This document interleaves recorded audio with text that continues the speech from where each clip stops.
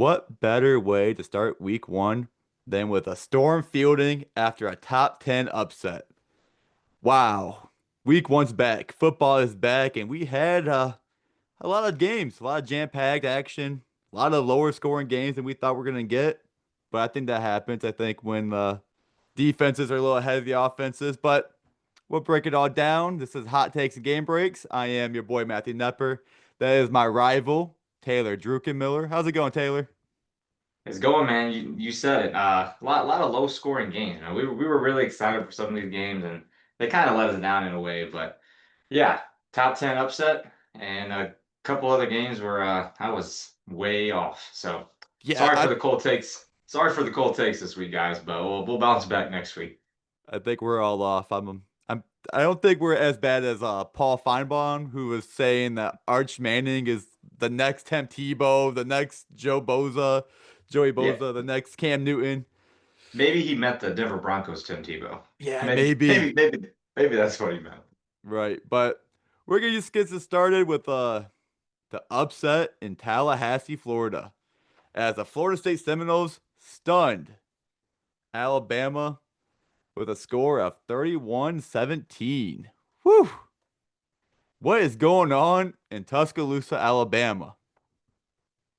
I don't know. I don't know if Kalen DeBoer thinks this is the Pac-12, but this isn't the Pac-12 no more, man. You gotta have a good D line and a good O line to be the coach at Alabama, and then that was telling in this game. Florida State dominated the line of scrimmage. Ty Simpson was out there just running for his life the whole game, I felt like. And when you have a receiver like Ryan Williams, you got to get a guy like that involved. Florida State, they got their good players involved. Thomas Castellanos had a hell of a game. They got the receivers involved. They got jet sweeps, all kinds of cool stuff. But yeah, man, it's not looking good down there in Tuscaloosa. Yeah, Florida State, the Gus Malzahn era is fully in session because you can see with all those reverses, the misdirections, the read options, and they were running all over Bama. It kind of reminded me of the old Auburn, Alabama days when the Gus Malzahn offense was having, I believe, like Nick Marshall just run all over Bama, and you have Cam Newton just running all over them, and all these crazy misdirections. And I think it's a great fit so far, especially with Tommy Castellanos. The stat sheet may not impress you, but if you're watching that game, you can see that Tommy was a gamer. And obviously, it's a little early for Heisman talk, but maybe that's a dark horse candidate for the Heisman. It wasn't, like I said, the stat sheet wasn't gaudy. He wasn't, you're not going to look at it and be like, oh, wow, he put up a lot of numbers. He probably had almost 200 yards total, like rushing and passing. But I think just the way he was running that offense, very smooth, very collected, a lot of great fakes. If he needed 4 yards, he can get you 4 yards, and that's just what that was. And do you think Kalen DeBoer on the hot seat? Yeah, I mean, possibly, man. I mean, they had a not too good of a year in his first year, and yeah, I mean, they're already off to a bad start this year, but we'll give them some time. It's still Alabama, and I know they had a couple guys miss this week. Pretty sure a big time offensive lineman was out this week, but yeah, and Jam Miller, the running back, he was out this week. So we'll let this one slide, and we'll see how the rest of the year plays out for him. Will let this one slide. I don't know if those fans in Alabama, them hillbillies, I don't think they're gonna let this one slide one bit. They No, get they no, get pretty angry and feisty down there. yeah. And under Nick Saban, Alabama only lost to four unranked teams in his 127 games going against unranked teams. Only lost four times. Kalen DeBoer has lost four games to unranked teams in only 14 games. That is a crazy stat, and we knew who's ever gonna take that job had massive shoes to fill, and he's not filling them so far. I mean, Nick Saban took over for a program that was dead, that had been faced with NCAA violations and probation, and I believe they had a bowl ban before he got there. Kalen DeBoer took over a great program, a program that was thriving, and I think he's fumbling the keys right now. I don't think he's living up to the expectations of the job. I mean, in the last 10 games, coached at Alabama, they are 5-5. It's like Yeah, which that not yeah, not looking too good. They do have a five-star Keelan Russell. I could see him maybe getting some run in the next game or two, just to see if he can bring a spark to the offense. Because I mean, if the offensive line's not going to block, at least have a quarterback back there that can run around. So yeah, look out for Keelan Russell. See if maybe he gets in. yeah, is the big bad wolf dead? Is Alabama football like it's starting to feel that way? I mean, hey, we're not burying them just yet, but they were a very popular pick to win the national championship, to win the SEC, and so far not so good. And another very popular pick to win the national championship and to win the SEC did not look good on Saturday. It was a very rough start to Saturday for the SEC, and I'm talking about the Texas Longhorns who went to Columbus, Ohio, and they only could muster up 7 points. Now, Ohio State didn't do much better. They could only get 14 as Ohio State beat Texas by a final score of 14-7. How was that game? Awful, boring, awful. I almost took a nap during this game, dude. Yeah, Arch Manning looked absolutely awful. I mean, his first pass attempt of the game, I believe he had a wide open receiver for at least 15, 20 yards, and I mean, could have been a touchdown. I mean, all he had was a safety over top, but yeah, it bounces on the ground 5 yards before the receiver. Yeah, not too good, but you know, I feel like Texas. They did run the ball a lot, but I feel like they should have just ran the ball the whole freaking game. CJ Baxter and Quinn Tavion Wisener, I believe his name is. They dominated the ground game, but yeah, when it came to third and short and third and medium, Arch Manning wasn't able to come through, and that was a big part of the game. And then for Ohio State, yeah, I mean they only had 14 points, and Julian Saint only threw for 120 yards, whatever. But I feel like it wasn't because he wasn't good. I feel like it was just because Ryan Day did a good job of protecting his quarterback and not making big mistakes. I mean, the deep ball wasn't the best ball ever, but that's why you got five-star receivers out there. But yeah, I mean, the fourth down conversions for Texas, the fourth and goal at the one, when you have a huge quarterback and you can't even get a quarterback sneak is not good. And then, yeah, he missed a lot of throws, man. So Texas has a lot of work to do. Ohio State, I mean, I think they're all right. Defense played good, so moving forward, we'll see. Yeah, the Matt Patricia hire, I think, is starting to prove some doubters wrong. I know a lot of fans in the college football universe were mocking Ohio State for that hire. Looking so good so far. And it was a very very sloppy defensive battle game.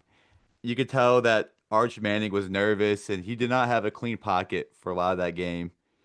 And obviously he was throwing some weird sidearm passes. I don't understand why. When you have a wide open receiver on third and short, why are you doing a sidearm? Why not just lob it to him, dump it off? Don't get fancy, don't get tricky with it. I do feel Texas should have utilized Arch Manning's athleticism and his legs a little bit more, especially like a read option game. I know on a fourth down, I believe early in the game, Texas had that's like fourth and two, fourth and three.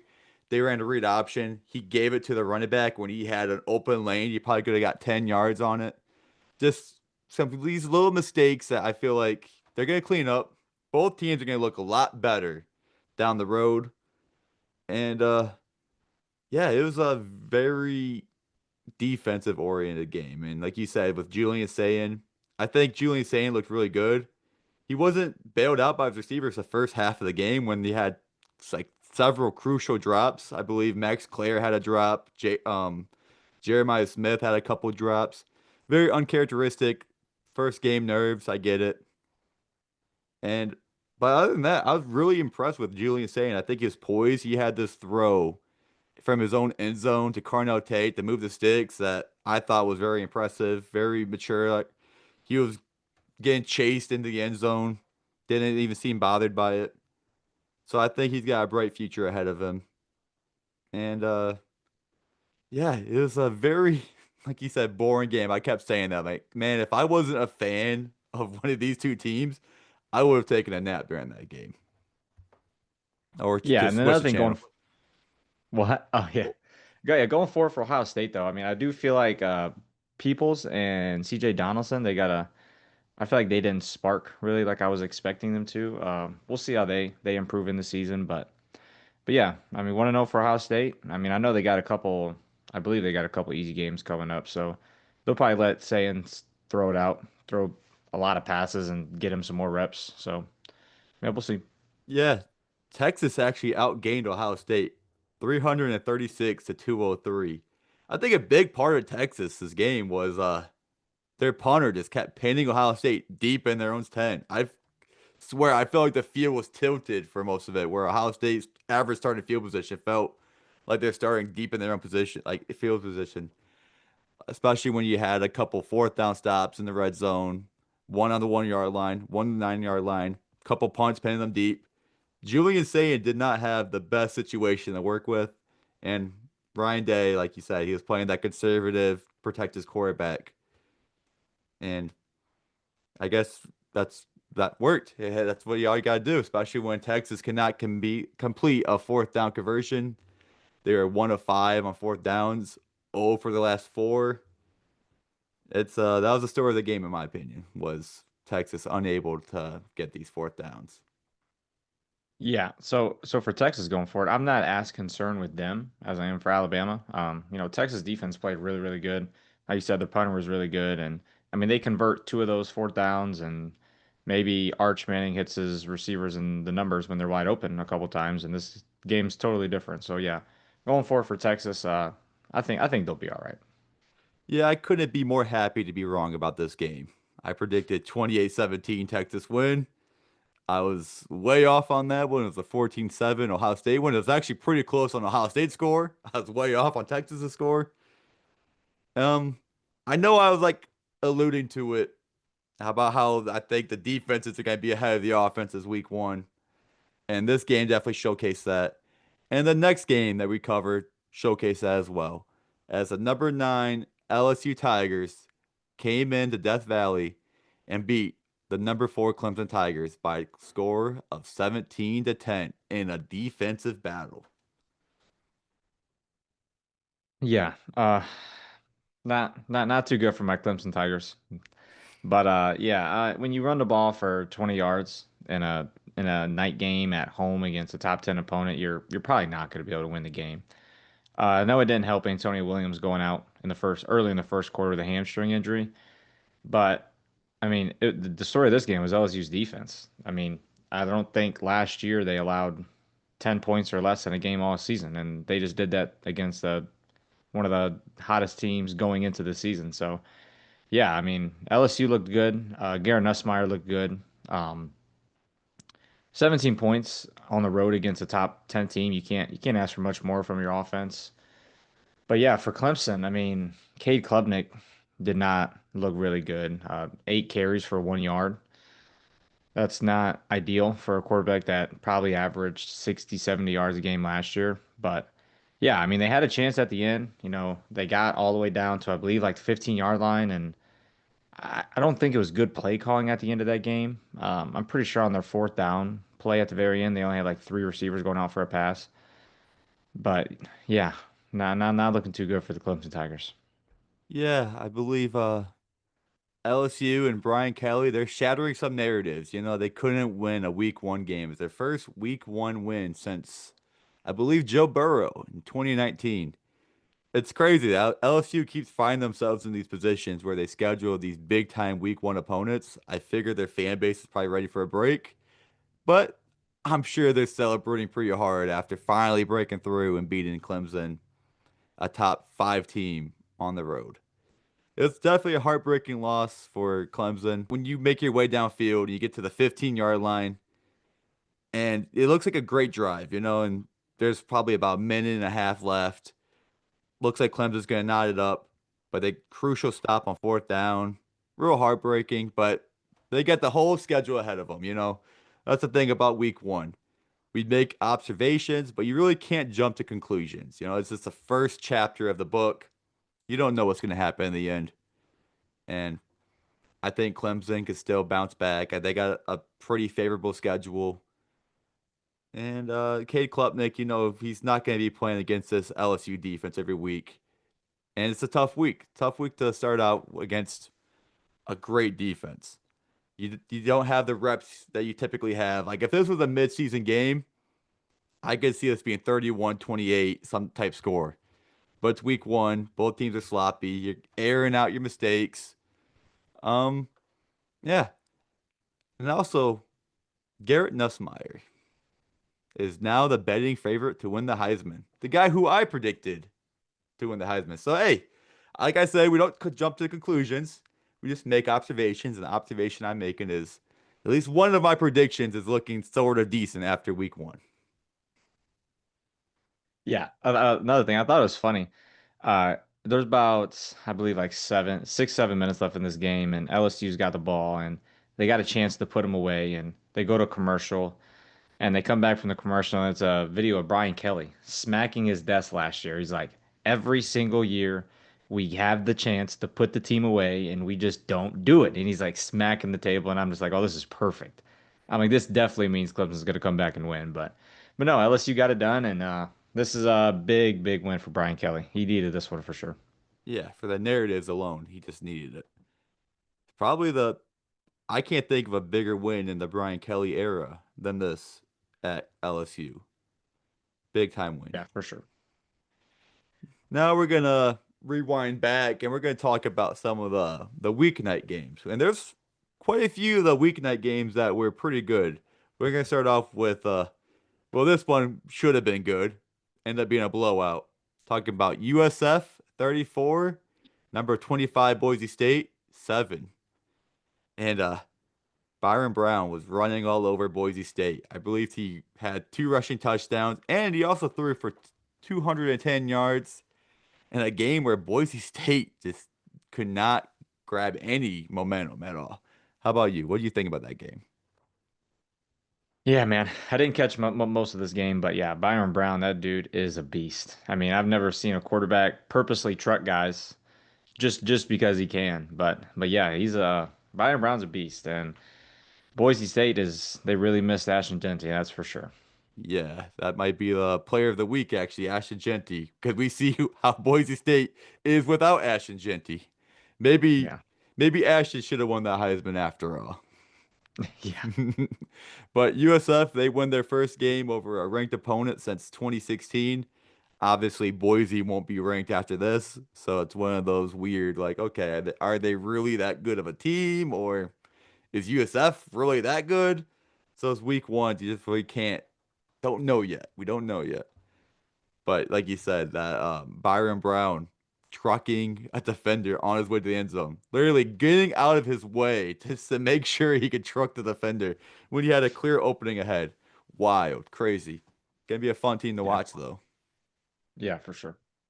And then after that game, there was Nebraska, Cincinnati at Cincinnati technically, but it's really at Arrowhead Stadium. But Cincinnati was a designated home team. Nebraska won that game by a score of 20-17. A game that was pretty tight, a lot tighter than I think we thought it was going to be. Yeah, so I mean, I believe going in the half it was 13-3, and Nebraska even shot themselves in the foot on a fourth and goal or first and goal from the 1 yard line right before halftime. They false started, offense got a false start. They had to move back 5 yards, and then they couldn't get in the end zone. It ended up with three. But yeah, I mean, I feel like that right there gave Cincinnati hope. And going into the second half, only down 13-3, I believe it was. Cincinnati knew. I mean, the defense was playing all right. The offense just needed to pick it up a little bit. And Braden Sorsby had a decent game. But when it came down to the end of it, yeah, the Cornhuskers got it done. I don't think they looked as good as I was expecting Nebraska to look, but it's only week one, so. And I'm sure Dylan Raiola was pretty nervous. He had Patrick Mahomes up in the box seats watching him, so he didn't want to let his idol down. But yeah, No, yep. And Nebraska, but they did do one thing that they failed to do in a lot of these tight games the last couple of years, and that was to get a play to win it. And they had that interception deep in their own territory to seal the win. Something that I feel like they just lacked that clutch gene for a couple years. Maybe that interception and that win can start a trend of them finishing games outright. Then on Friday, we had Auburn at Baylor, the rare SEC at Big 12 matchup, where Auburn ran all over Baylor to win 38-24. What a wild game. And the rushing attack, Auburn had over 300 yards rushing, including 137 by quarterback Jackson Arnold, who also scored 2 rushing touchdowns. And, when you're doing all that running on the ground, you need a competent offense to go against that on the other side. And Sawyer Robertson for Baylor threw for over 400 yards and 3 touchdowns, spreading the ball effectively. I believe his standout receiver had over 8 catches had 8 catches for 134 yards, Cole Wilson. But it wasn't enough because Baylor couldn't get the job done in the red zone, especially on fourth down where they only converted 3 of 6. What a wild game. What's your opinions on that game? Yeah, so out of three of the six fourth downs that you're talking about, two of those were at the very beginning of the game, I believe, in the first quarter. And that's when Auburn got going and they got a 2-3 possession lead, and Baylor was playing catch up the whole rest of the game, and they couldn't stop the run game at all. So, I mean, when you can't stop the run game and Auburn's just running the ball down your throat the whole game, it's tough to come back from that. But yeah, I mean, I think Auburn got their quarterback situation figured out in Jackson Arnold. I know last week I said there was a possibility they might start three quarterbacks. And at that point, they were still thinking about it. And then right before the game, they announced Jackson Arnold as their starting quarterback. But yeah, I mean, Auburn, they looked all right. Offensively, they looked good, but defensively, giving up 400 yards and 3 touchdowns, that's not going to work in the SEC. So, but yeah, I mean, good to see Auburn finally beat up on somebody because it's been a while since they've done that. Yeah. I do feel like Jackson Arnold, he seems like a perfect fit there at Auburn. And it's good to see him having a home. He was a highly touted quarterback, went to Oklahoma, wasn't a good fit. Now it seems like he finally is somewhere where he belongs. Hopefully he can keep it up. But like you said, in the SEC, the competition is going to get a lot tougher. And that defense is going to need to improve, or else all his stats are going to be for naught. Next game, also on Friday, we had a thriller. We had Georgia Tech at Colorado, where Georgia Tech prevailed 27-20. And all I can say about this game is what a clock management disaster. What do you say about this game? Yeah, Deion Sanders tried making it sound like it wasn't that big of a deal. He's like, "Oh, well, we ran out of bounds a couple times, so we stopped the clock." But it's like what he's not understanding is it took you 15 seconds to get the next play in before you ran out of bounds. So it's like you're killing a lot of time. But yeah, Colorado shot themselves in the foot way too many times. You can't force what 3 turnovers in the first half and only come up with 7 points out of those, especially when most of those turnovers ended up with you having the ball in Georgia Tech territory. But yeah, Caden Salter did not look very good. It's not good when you have the commentators talking about how the home team quarterback can't hear anything because the crowd's so loud and he's not used to it because he's coming from Liberty. But yeah, Caden Salter didn't look too good. I'm really surprised with Deion Sanders' coaching style. He didn't just throw Juju Lewis in just to do it because it's just I mean that's just a Deion type of thing to do. But yeah, I mean going forward, I mean Haynes King, that dude's a beast, man. He ran all over Colorado, and I know you said that was a possibility, and but yeah, I mean, for Colorado to play that bad though and only lose by 7 points is not too bad of a thing moving forward. But yeah, I'd look to see Juju Lewis get some run here soon if Caden Salter's going to keep this type of performance up. On the flip side, it was pretty good for Georgia Tech to play that bad and only win by 7 points too. They had three Yeah. unforced turnovers, or two unforced, one really bad interception. You had the bad snap, you had the bad read option, and they still survived that. They were able to get through that. They look like the better team throughout, and I feel like the score could have been more lopsided if it wasn't for Georgia Tech shooting themselves in the foot as well. Caden Salter definitely looked nervous out there, under a lot of pressure. There were so many situations though where I felt like he could have taken off and ran, but his eyes were looking downfield the whole time. He had a couple, like I believe there's a fourth down where if he just like took off and ran, easy first down, but he didn't. He ended up throwing to someone who it didn't. I forget if it was dropped or bad pass. But Haynes King was the story of this game. Another gritty performance, especially ending that game with a 45-yard touchdown, game clinching run. It's just a phenomenal performance. And I believe he had almost 300 yards total. He had like 150 passing, 150 rushing. Just a baller out there, just a gamer.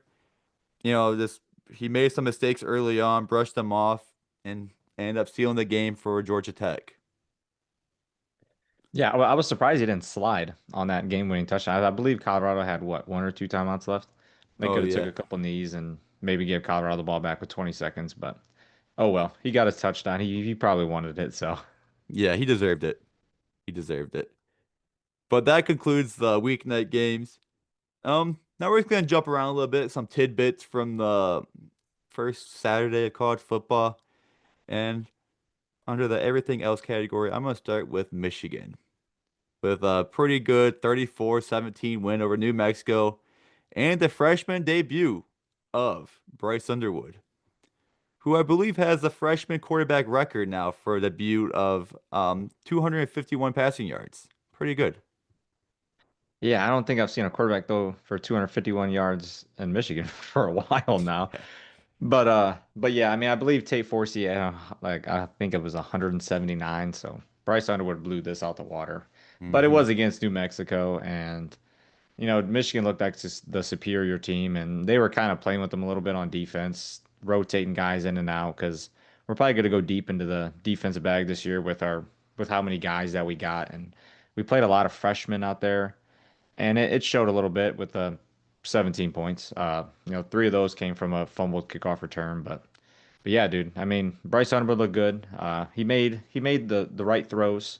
He didn't really throw anything into harm. If anything, he would just throw over the receiver's head, and nobody could get it. But yeah, and then Justice Haynes, that dude, that dude's a beast. He had a couple runs where he's just throwing guys off of him, and he's got the breakaway speed. But yeah, I'm excited. I'm excited for Michigan, and we'll see next week when we travel to Oklahoma. Yep, big game next week on tap. Bryce Underwood would have his first road start of his career, and what more hostile place to play than Norman, Oklahoma at night, 7:30. I think they're gonna be leaning on Justice Haynes a lot in that coming game. He did rack up about 160 yards. He had 3 touchdowns. He had that one just where he showed off his burst of speed early in the first quarter. Nobody could catch him. Took off like a blur. Very exciting, very fun player to watch. I think Michigan's offense just looks way more opened up and comfortable than they have last year. You Yeah, so excited? I think, yeah, for sure. I think we compared to week one this year compared to last year, we had more yards in this game than we had in any game last year. We had more points in this game than we had in any game last year. We had more rushing yards in this game than we had in any game last year. Also passing yards. So going forward, looking good. I don't want to rain in your parade, but I believe New Mexico had the fourth worst defense in football last year. But it's a new year. Maybe New Mexico's defense is better because that Probably not. Michigan offense is definitely better. Yeah. We had a very shocking score I saw pop up on the ESPN feed, and that was North Dakota had the lead against Kansas State in the fourth quarter. Kansas State needed a last minute touchdown to avoid going 0-2. I know North Dakota, I know those Dakota teams in general are usually pretty good, but North Dakota isn't North Dakota State University. That is the powerhouse program. And man, is Kansas State, are they cooked? It's not looking good. Their defense looks really bad. And North Dakota had a chance at the end of this game. I watched the very end of it. They had a guy on 4th and 10 on a corner route that would have took him down to the Kansas State 30-yard line, and it was kind of a bad pass, but I mean the guy almost caught it. But yeah, Kansas State is they definitely got some work to do. I mean, Yeah, Avery Johnson had a great game. So, I mean, hopefully his parents and or his dad and his brother weren't fighting again this week. right, Maybe go fight the defense coordinator this time, but right. yeah. Yeah, yeah. It was definitely a game with a lot of gaudy numbers, and there's a few teams this weekend that put up some pretty gaudy numbers. I mean, just looking at the scores, you had Ole Miss scoring 63, Texas Tech put up 67, Oregon almost hit 60, they had 59. I know they're all going against cupcakes, but when it's week one, it's just nice to see points on the board, especially when you got so many sloppy, low-scoring games across the slate. And Yeah, for for Ole Miss, I mean, they're breaking into true freshman quarterback this year or first year quarterback. I don't know, he might be a redshirt freshman, but I think he believes his name's Austin Simmons, I believe. But yeah, and then Texas Tech, they got a baller at quarterback, and then Oregon's bringing in Dante Moore. So yeah, I mean it's good for your team to put up those kind of numbers week one. yeah, yeah, real good. And you see Utah just dismantling UCLA. We had that game a little bit closer. Maybe Utah really is going to be really good this year. Or maybe Nico made the worst decision of his life going to such a bad program in UCLA. Yeah, UCLA does not look too good. They're not representing the Big 12 too well, giving up, I think, I believe 43 points at home week one Hmm. to Utah. But yeah, Utah did look good. I mean, I caught some at the beginning of this game, and Devin Dampier looked really good. Didn't turn the ball over, so I mean, that's all you can ask for from your quarterback going on the road in the Big Ten. Yeah, yeah, and Nico definitely struggled as well. It's just was not a great performance overall for the UCLA program. So, talking about the week, who do you have as player of the week this week in college football? So we were just talking about him, Devin Dampier in Utah. I believe he was 21 for 25, 200 yards passing, 2 touchdowns, and then he also had a 90 yards on the ground. I think you're gonna see a lot of that from him this year. It's what he did last year. But yeah, Devin Dampier, great game, player of the week. It's funny, I was going between him and Haynes King and ended up going with Haynes King, my guy. You know, when you go on the road in Colorado, you got the prime time spotlight and you do what he did, especially after brushing off the mistakes, you know? So yeah, he did make some mistakes, but he brushed it off. After the second quarter, I think he was flawless to me. 156 yards rushing, 3 rushing touchdowns, 143 yards passing, and the game-winning touchdown. I I'm giving that man his flowers. I'm a big Haynes King believer, and I think he's gonna be a fun one to watch for the rest of the year. Yeah, for sure. And this was the final college game day for Lee Corso. They had that really nicely done finale for him in the horseshoe. You had the marching band spelling out Corso. This was a great moment. And what a weekend Lee Corso had. He picked LSU to win, he picked Ohio State to win, and he picked Florida State to win, and they all did it. I think that was a very fitting way for the Sunshine Scooter, Lee Corso, to go out.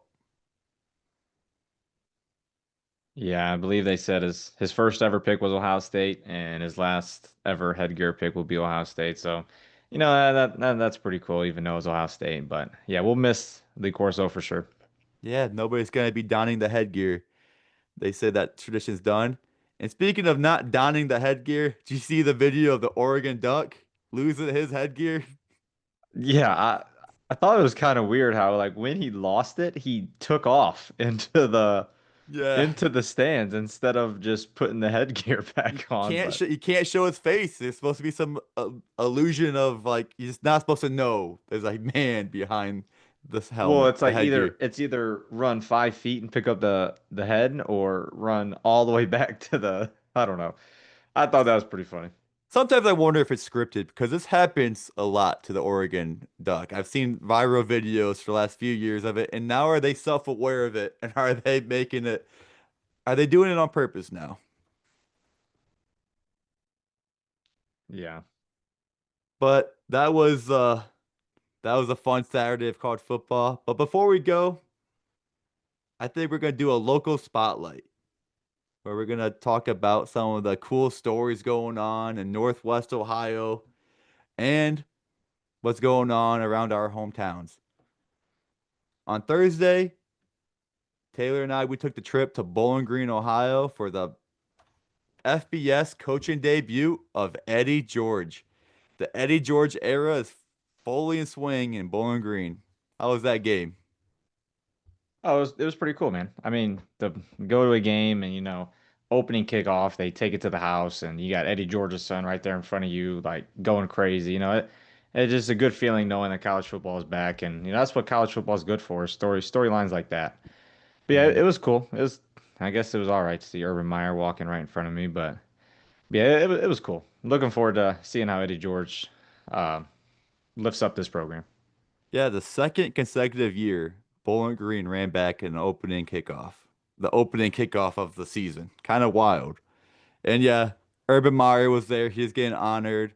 I believe um Jim Trussell was there and John Cooper was also there. So pretty cool. All these big time Ohio State coaches going there to support Eddie George and to be nominated for the Hall of Fame. I believe that's what Urban Meyer was there for. But game started off a little shaky with a lightning delay. Despite there being no lightning, no rain, sunshine, they say there's lightning 15 minutes away and the whole stadium was pretty bummed out. But despite that, Eddie George era got off with a win. It is good to see. And then we're going to end the show by talking about our alma mater high school, Fremont Ross, getting a big win over their rival Sandusky by a score of 48-14. Shout out Little Giants. You were there for that. How was that game? Yeah, I thought it was pretty cool how, two football games in a row I go to, the opening kickoff is housed for a touchdown. But yeah, I mean, Sandusky, Fremont was the superior team. They dominated.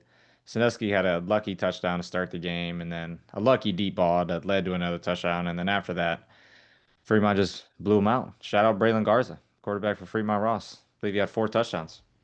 Yeah, that's pretty impressive. I say he was really good with the read option, like a Houdini out there. Nobody know who had the ball until he was running in the end zone. Pretty good Yeah. stuff. I think Fremont Ross is in for a pretty big year. I'm looking forward to seeing how well they do. But that's it for the show today. For hot takes and game breaks, I am Matthew Nepper, Taylor Druckenmiller, and we're out. Go blue. Go Buckeyes.